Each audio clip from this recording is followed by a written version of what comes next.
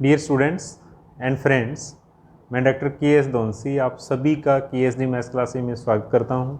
आज हम इस वीडियो लेक्चर में example number 3 common catenary discuss करेंगे। अच्छा एग्जाम्पल है, प्लीज़ आप इस वीडियो को बड़े ध्यान से देखिएगा, सुनिएगा और इसको लाइक और शेयर भी ज़रूर कीजिएगा। और आप इस वीडियो का डिस्क्रिप्शन पार्ट भी ज़रूर पढ़िएगा, क्योंकि वहाँ पर जो हमारे ऑनलाइन कोर्सेज चलते हैं उनके बारे में जानकारी अपलोड कर रखी है।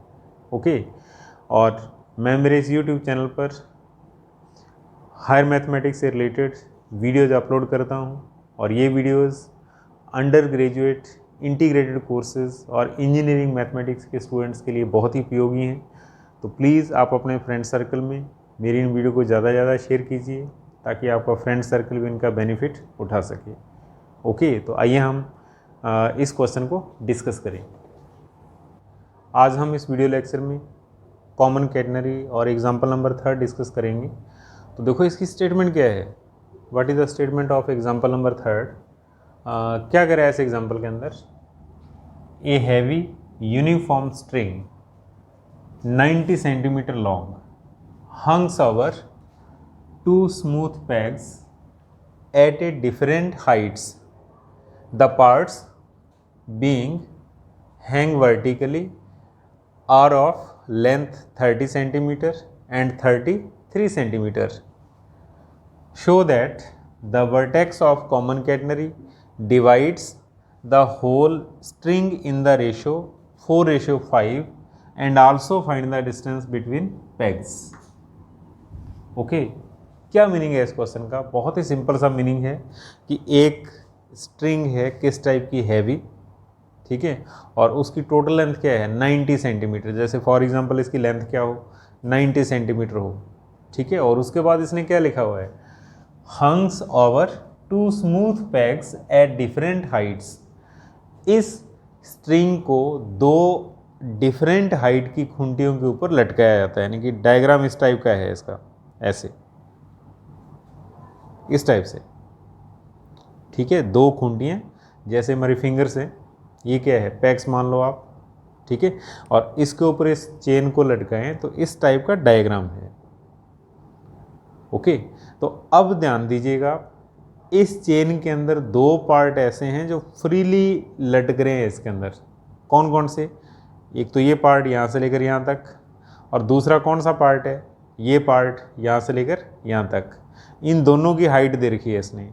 एक कितना है 30 सेंटीमीटर, यानी कि छोटा 30 सेंटीमीटर है, और बड़ा कितना है 33 सेंटीमीटर, ठीक है। कौन से पार्ट?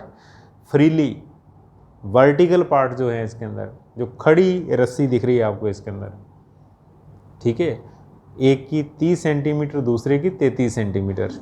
तो उसके बाद क्या करें, कॉमन कैटनरी का वर्टेक्स। तो अब देखो यहाँ से लेकर यहाँ तक इसके बीच में क्या बन रही है, कॉमन कैटनरी, ठीक है। इस कॉमन कैटनरी का वर्टेक्स होगा, और इसका जो वर्टेक्स यानी कि शीर्ष जो होगा वो इस चेन, इस स्ट्रिंग के 2 पार्ट करता है, और प्रूव करना है वो कितने होने चाहिए, 4:5। पहला टारगेट हमारा ये है। ओके, तो आइए हम इस क्वेश्चन को सॉल्व करें। ओके, तो सबसे पहले इसका डायग्राम, इसका डायग्राम कैसे बनेगा मैंने आपको बताया है। तो डायग्राम बनाइए आप इसका। 2 pegs, तो हम सपोज कर लेते हैं A and B are 2 pegs at different height. दोनों की हाइट क्या है, अलग अलग। ओके, और उसके बाद क्या होगा, एक्स एक्सिस,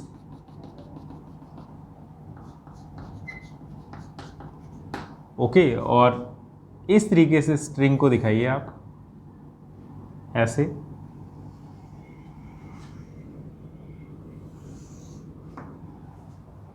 ओके, और इसको आप, ये फ्री पॉइंट है, ध्यान दीजिएगा, ये भी फ्री है, इसको आप Q लिख दो और इसको पॉइंट P मेंशन कर दो आप। ओके, और उसके बाद C इस कॉमन कैटनरी का वर्टेक्स, शीर्ष होगा, और C से जाने वाली वर्टिकल लाइन, और ये ओरिजिन O, ये वाई एक्सिस। ओके, तो ये हमारे पास आ जाएगा स्मॉल c।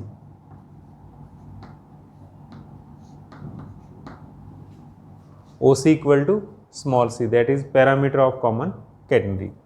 ओके, और इसके बाद फिर आपने क्या करना होगा, ये अपने को दे रखा है 33, देखिए आप, इसकी हाइट 33, इसको सपोज कर लो आप 30 सेंटीमीटर, क्योंकि ये छोटा है, ठीक है। और उसके बाद हम सपोज कर लेते हैं ए सी S1 and B C S2, ठीक है। सी से ए को S1 सपोज करना और सी से बी को S2 सपोज करना। और उसके बाद हमारा टारगेट क्या है, हमारा टारगेट है ये जो सी है इस रस्सी के 2 पार्ट करता है, इस स्ट्रिंग के 2 पार्ट करता है, इन दोनों का रेशो कितना आना चाहिए, 4:5, ठीक है। तो आइए सबसे पहले क्या गिवन है उसको हम लिखें।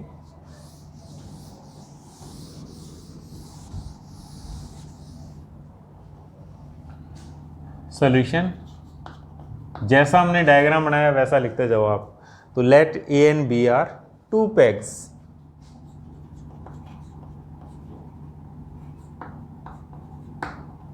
A and B are 2 pegs। हम मान लेते हैं A और B पर 2 खूंटियाँ हैं, ओके। और उसके बाद क्या करना होगा अपने को, and let AP equal to 33 centimetre and BQ equal to 30 centimetre according to question. एक हाइट बड़ी है, एक हाइट छोटी है, उसने बहुत ही क्लियर लिखा हुआ है खूंटियाँ कैसे हैं, एट डिस्टिंक्ट डिफरेंट हाइट्स, दोनों की हाइट क्या है, अलग अलग है। और उसके बाद ध्यान दीजिए आप, टोटल लेंथ कितना दे रखा है, 90 सेंटीमीटर। तो आप लिखिए total length of the chain या of the string equal to 90 centimetre. Okay, diagram देखिए आप, टोटल लेंथ मीन्स स्ट्रिंग कहाँ से स्टार्ट हो रही है, पी से, P A C C B and C Q, ठीक है। तो आप लिख सकते हो यहाँ पर that is A P plus arc A C B plus B Q equal to 90 centimetre. और उसके बाद आप सपोज करिए let A C equal to S1 and BC equal to S2। हम सपोज कर लेते हैं AC S1 है, BC कितना है, S2 है। तो अब देखो AC भी कितना हो जाएगा, S1 प्लस S2, और AP और BQ की वैल्यू पुट कर दो आप इसके अंदर डायग्राम को देखते हुए। तो हमारे पास आ जाएगा 33 प्लस S1 प्लस S2, ध्यान दीजिए आप, sum of AC plus BC equal to S1 plus S2 according to diagram, okay, plus 30 centimetre equal to 90 centimetre. तो यहाँ से हमारे पास एक इक्वेशन आएगी that is S1 plus S2 equal to 90 minus 63, that is ये बनेगा 27। S1 plus S2 equal to 27, equation number first, okay. और अगले स्टेप के अंदर फिर अपने को क्या करना होगा, ठीक है। क्या कुछ है हमारे पास, हमारे पास है देखो आप CA इक्वल टू S1, तो हम क्या कर सकते हैं, A के कोऑर्डिनेट सपोज कर सकते हैं x1, y1। हमारे पास है C से B, क्योंकि हमने इसको S2 सपोज किया हुआ है, तो हम B के कोऑर्डिनेट सपोज कर सकते हैं x2, y2। ये लिखिए आप, since CA equal to S1, then let point A is x1, y1 and similarly इसी प्रकार CB equal to S2, then let point B is x2, y2। Okay, हम सपोज कर लेते हैं कि यहाँ से हमारे पास डिस्टेंस रस्सी की लंबाई कितनी है, S1 है, तो A के कोऑर्डिनेट सपोज करना, यहाँ से रस्सी की लंबाई कितनी है, S2 है, B के कोऑर्डिनेट सपोज करना, ओके। और अगले स्टेप के अंदर ध्यान दो आप, तो ये क्या हो गया देखो आप, ये y1 और ये हमारे पास क्या हो गया y2, क्योंकि इसका सेकंड कोऑर्डिनेट y2 है, यहाँ लिख सकते हो आप, मेंशन कर सकते हो, यहाँ से लेकर यहाँ तक ये y2 है। ठीक है, तो आप लिखिए since formula y square equal to c square plus s square, इस फॉर्मूले का हम यूज़ करेंगे। क्यों इसका करेंगे? क्योंकि हमारे पास s और y है, पॉइंट A पर और पॉइंट B पर, हम इसका यूज़ कर सकते हैं। तो अब आप क्या करोगे, एट पॉइंट A, बिंदु A पर क्या लिखिएगा आप, y equal to y1, s equal to s1 and c equal to c। c क्या है? पैरामीटर ऑफ कॉमन कैटनरी, मैंने ऑलरेडी साइड में लिखा हुआ है स्मॉल c। और इसके बाद आप इसके अंदर वैल्यू पुट करो आप, that is y1 square equal to c square plus s1 square. आप इसके अंदर y1 की वैल्यू पुट कर सकते हो, कितनी? y1 इक्वल टू, डायग्राम देखिए आप, साइड में लिख सकते हो आप, सिंस y1 इक्वल टू 33, तो that is 33 square equal to c square plus s1 square, equation number second. Okay, and similarly at B, अगर हम b पॉइंट की बात करें तो हमारे पास किस टाइप का रिलेशन बनेगा? इक्वेशन सेकंड बिकम्स, क्या बनेगी इक्वेशन सेकंड? 1 के स्थान पर 2 लिख दो आप, और 33 के स्थान पर 30 मेंशन कर दो, तो ये आ जाएगा 30 square equal to C square plus s2 square. Okay, equation number third. A पर y1 है, s इक्वल टू s1 है, c इक्वल टू c है, y1 कितना है? 33 according to diagram. And similarly at point b, y equal to y2 means 30 centimetre, और उसके बाद s equal to s2 and c equal to c। तो क्या होगा, जहाँ पर s1 आ रहा है वहाँ पर s2 आ जाएगा, यहाँ पर 33 आ रहा है वहाँ पर 30 आ जाएगा, इक्वेशन नंबर सेकंड और थर्ड। और इसके बाद फिर हम लोग क्या करेंगे, अब हमारा टारगेट है s1 और s2 को कैलकुलेट करना। तो इसके लिए हमारे पास क्या होना चाहिए, s1 माइनस s2 का इक्वेशन होना चाहिए, तभी हम s1 s2 को कैलकुलेट कर सकते हैं। तो क्या करना होगा, equation second minus equation third by equation second minus equation third, इन दोनों को सब्ट्रैक्ट करिए आप। तो ऐसा करने के बाद देखो क्या होगा, लेफ्ट हैंड साइड में से लेफ्ट हैंड साइड को सब्ट्रैक्ट करना है, राइट हैंड साइड में से राइट हैंड साइड को सब्ट्रैक्ट करना है। एक बार आप ऐसा ले दो, C square plus s1 square minus C square plus s2 square. Left hand side में से लेफ्ट हैंड साइड को सब्ट्रैक्ट कीजिएगा, राइट हैंड साइड में से राइट हैंड साइड को सब्ट्रैक्ट कीजिएगा। ऐसा करने के बाद सी स्क्वायर से सी स्क्वायर कैंसिल होगा यहाँ पर, क्यों? एक सी स्क्वायर प्लस और एक सी स्क्वायर माइनस, इस ब्रैकेट को ओपन करने के बाद। और अब लेफ्ट के अंदर आप फॉर्मूला यूज़ करिए, A square minus B square, that is A plus B into A minus B. तो क्या बनेगा, that is 33 plus 30 into 33 minus 30। बहुत ही सिंपल सा फॉर्मूला है, A square minus B square equal to A plus B into A minus B. और ऐसे ही right hand side के अंदर क्या होगा, राइट हैंड साइड के अंदर होगा s1 square minus s2 square, क्योंकि ये दो टर्म बचेंगी, s1 square minus s2 square. Okay, और अब आपने क्या करना है, इसकी कैलकुलेशन कीजिए आप, that is 63 into 3 equal to s1 plus s2 into s1 minus s2, because right hand side के अंदर फिर वही फॉर्मूला यूज़ होगा, A square minus B square, that is A plus B into A minus B, उस फॉर्मूले का use कर रहे हैं हम। और अब यहाँ इक्वेशन फर्स्ट का यूज़ करो आप, s1 प्लस s2 बाई 1। देखिए s1 प्लस s2 कितना है, 27। तो इक्वेशन फर्स्ट का यूज़ करना आप। तो ऐसा करते ही हमारे पास क्या आएगा,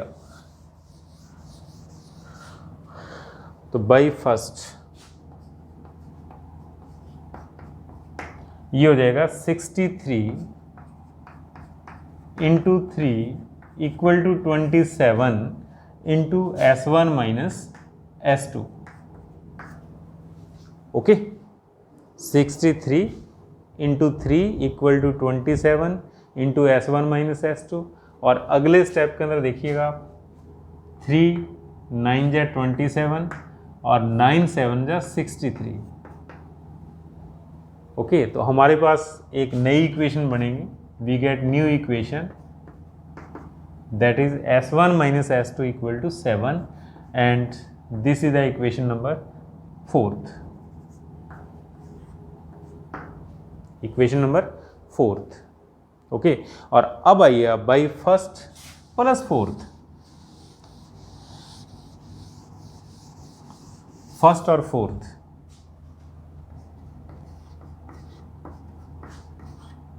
ठीक है, इनको पास पास लिखिए आप और ऐड कर दो आप। s1 plus s2 equal to 27 and s1 minus s2 equal to 7, then adding, add करेंगे तो क्या हो जाएगा, माइनस की दोनों टर्म कैंसिल बिकॉज एक प्लस और एक माइनस, ये टर्म कैंसिल हो जाएंगी और हमारे पास क्या आएगा 2s1 equal to 34, then s1 equal to 17,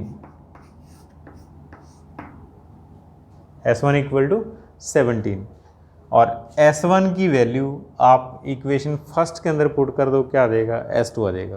तो इसके बाद फिर लिखो आप now by 1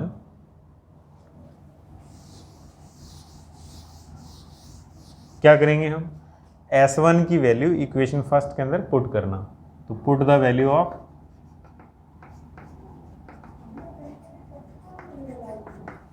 s1 in equation first, और ऐसा करते क्या हो जाएगा, that is 17 plus s2 equal to 27, तो हमारे पास आएगा s2 equal to 10। Okay, s2 equal to 10। तो ये दोनों पार्ट्स कैलकुलेशन कर लिए हमने और अब हम फर्स्ट आंसर कैलकुलेट करेंगे। यहाँ पर हमें क्या करना है, फर्स्ट आंसर एक बार मैं इनको यहाँ लिख दूँ, s1 equal to 17 and s2 equal to 10, space चाहिए इसलिए मैंने यहाँ पर लिख दिया दोनों। और अब देखिए आप, अब हम रेशियो प्रूफ करेंगे, कौन सा, C। देखो आप इस क्वेश्चन के अंदर 3 आंसर कैलकुलेट करने हैं, फर्स्ट आंसर हम कैलकुलेट करने जा रहे हैं, vertex of common catenary divide the string into ratio 4:5, ये अपने को प्रूफ करना है। तो रेशियो के लिए हम लोग क्या कर सकते हैं, डिवाइड कर सकते हैं, तो हेडिंग लगाइए आप, दैट इज टू प्रूव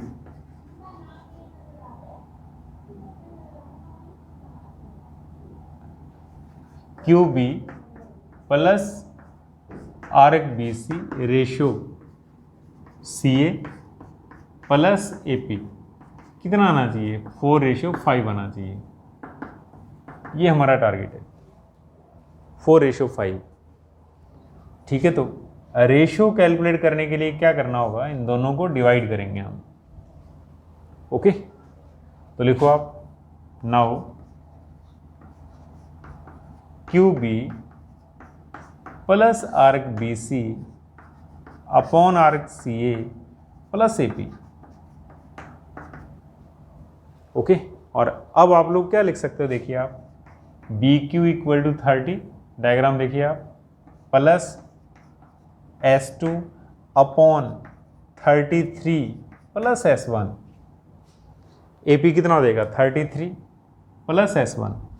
और अब इसके अंदर आपने क्या करना होगा, S1 और S2 की वैल्यू पुट करिए आप, put the value of S1 and S2, तो ये आ जाएगा 30 प्लस S2 10 हो गया अपॉन 33 प्लस 17 हो गया, तो ये टोटल कितना बन रहा है, देखिए आप, टोटल हमारे पास बन रहा है 40/50, दैट इज़ 4/5। और लास्ट में कटिंग करने के बाद हमारे पास रिजल्ट किस टाइप का है, 4/5। तो इसका मीनिंग क्या है, अब इसको हम रेशियो में लिख सकते हैं, तो ये हमारे पास आएगा, that is QB plus RBC ratio RCA plus AP equal to 4:5। ठीक है, इधर डिवाइड था, डिवाइड के बाद जब हम इसको रेशियो में लिखेंगे तो जो इसका रिजल्ट बना है उसको भी कैसे लिखेंगे हम, into ratio 4:5 and this is the required answer. ये अपने को प्रूव करना था। ओके और अगला टारगेट क्या है? Distance between pegs. Distance between pegs, कौन सी distance? Horizontal and vertical distance. ठीक है, तो ध्यान दीजिएगा, वर्टिकल डिस्टेंस का मतलब क्या होगा? देखो आप, जैसे मैं इस बी से इस लाइन पर परपेंडिकुलर ट्रेस कर दूं 90 डिग्री का एंगल, तो यहाँ से लेकर यहाँ तक ये क्या है? वर्टिकल डिस्टेंस है बिटवीन ए एंड बी, यानी कि ए की बी से ऊंचाई। ठीक है, height of the A from B is called vertical distance of A from B. तो कहने का मतलब क्या होगा? ये कैलकुलेट करना है आपने को। सबसे पहले तो लिखिए आप, नेक्स्ट आंसर के लिए हेडिंग लगाइए आप, vertical distance between A and B.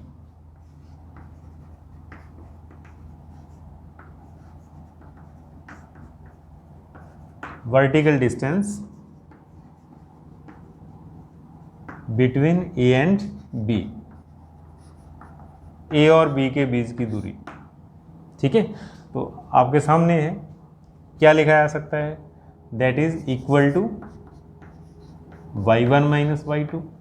इस बड़ी हाइट में से इस कम हाइट को माइनस कर दो आप, तो ये हमारे पास आ गया 33 माइनस 30 दैट इज 3 सेंटीमीटर। ठीक है, इजी आंसर है, इसमें कोई प्रॉब्लम नहीं है। अब अपने को क्या चीज़ कैलकुलेट करनी है नेक्स्ट? हॉरिजेंटल डिस्टेंस, क्षैतिज दूरी। तो इसके लिए देखो आप, बी के कोऑर्डिनेट क्या हैं? x2, y2, तो ये डिस्टेंस क्या है? x2 है। ए के कोऑर्डिनेट क्या है? x1 एंड y1, तो ये डिस्टेंस क्या है? x1। ठीक है, तो अब हॉरिजेंटल डिस्टेंस क्या होगा दोनों के बीच में? x1 प्लस x2, यानी कि ये डिस्टेंस कैलकुलेट करना है अपने को, that is x1 plus x2। तो नेक्स्ट हेडिंग लगाइए आप, हॉरिजेंटल डिस्टेंस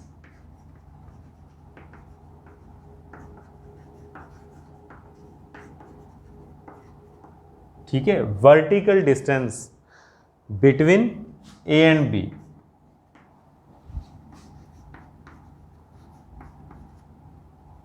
ओके, तो इसके लिए देखो क्या करना होगा अपने को, x1 प्लस x2 को कैलकुलेट करना होगा और इसको इक्वेशन नंबर दे दो आप, इक्वेशन नंबर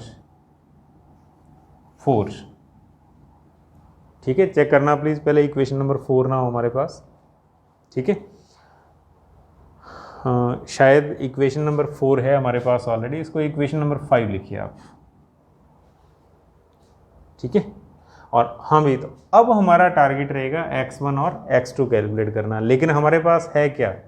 हमारे पास हाइट है। ठीक है, तो क्या करोगे आप? फॉर्मूला कौन सा यूज़ करोगे? y equal to C cos hyperbolic x upon C, इस फॉर्मूले का यूज़ करेंगे हम। ठीक है, तो अगले स्टेप के अंदर फिर हम लोग क्या लिख सकते हैं? हम लिख सकते हैं that is cos hyperbolic x upon C equal to y upon C. हम साइन हाइपरबोलिक का फॉर्मूला भी यूज़ कर सकते हैं।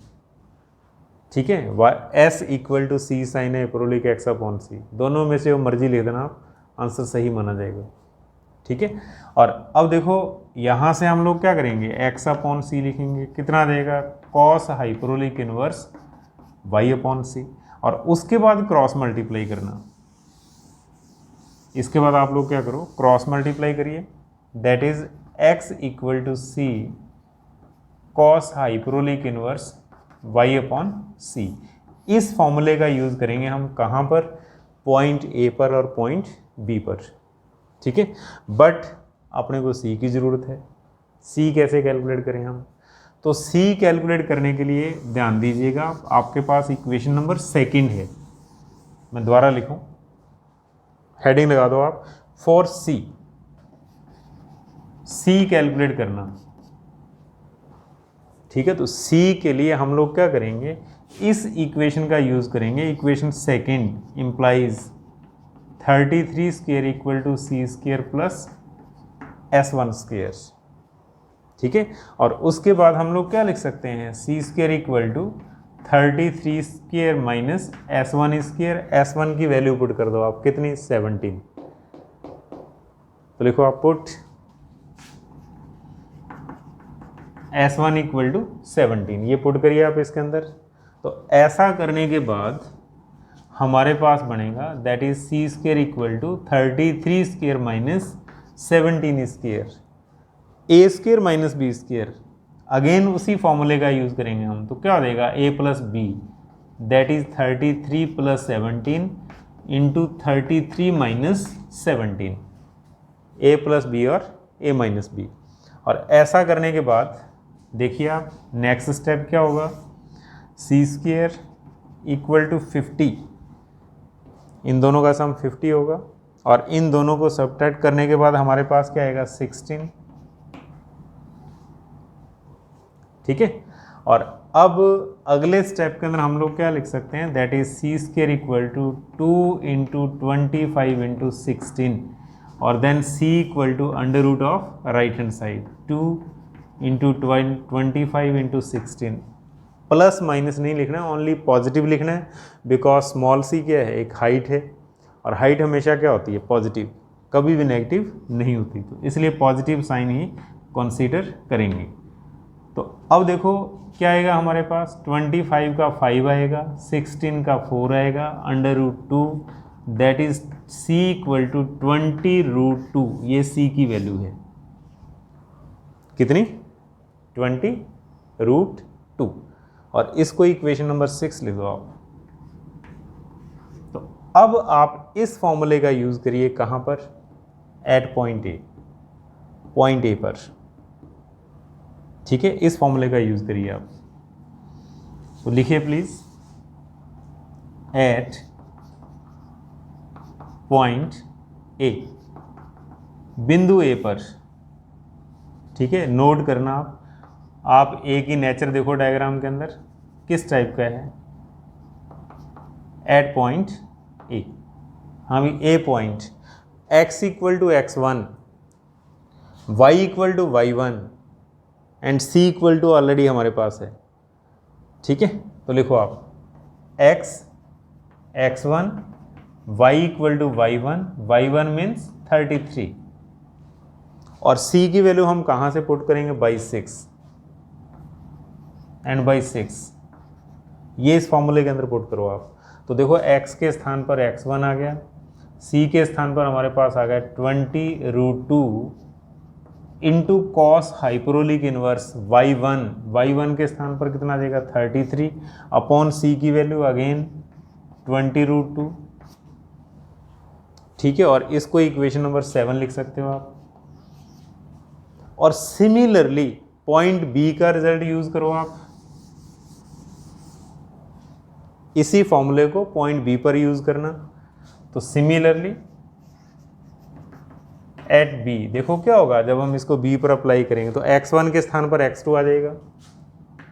तो डायरेक्ट हम लिखें इसको, x1 के स्थान पर x2, y1 के स्थान पर y2, बाकी कोई चेंज नहीं है, 20 रूट 2 यानी कि c सेम आएगा, यहाँ पर y2 आएगा हमारे पास, तो इंटू कॉस इनवर्स y2 की वैल्यू क्या है, 30 अपॉन c कितना हो जाएगा, 20 रूट 2। ओके, और इसको इक्वेशन नंबर लिख सकते हो आप 8। और अब आपने क्या करना होगा, बाई 5th 7th और 8th, यानी कि 7th और 8th इक्वेशन से 5th के अंदर वैल्यू पुट करना होगा आपने। तो आप लिखिए please, by equation 5, 7th and 8th, इन दोनों का यूज इक्वेशन नंबर 5 के अंदर करना है। तो इक्वेशन नंबर 5 यही है और आपने सिर्फ इसके अंदर वैल्यू पुट करनी है। तो देखिए क्या होगा, x1 की वैल्यू हमारे पास आ जाएगा 20 root 2 cos hyperbolic inverse 33 upon 20 root 2, फिर प्लस x2 की value that is 20 root 2 cos hyperbolic inverse 30 upon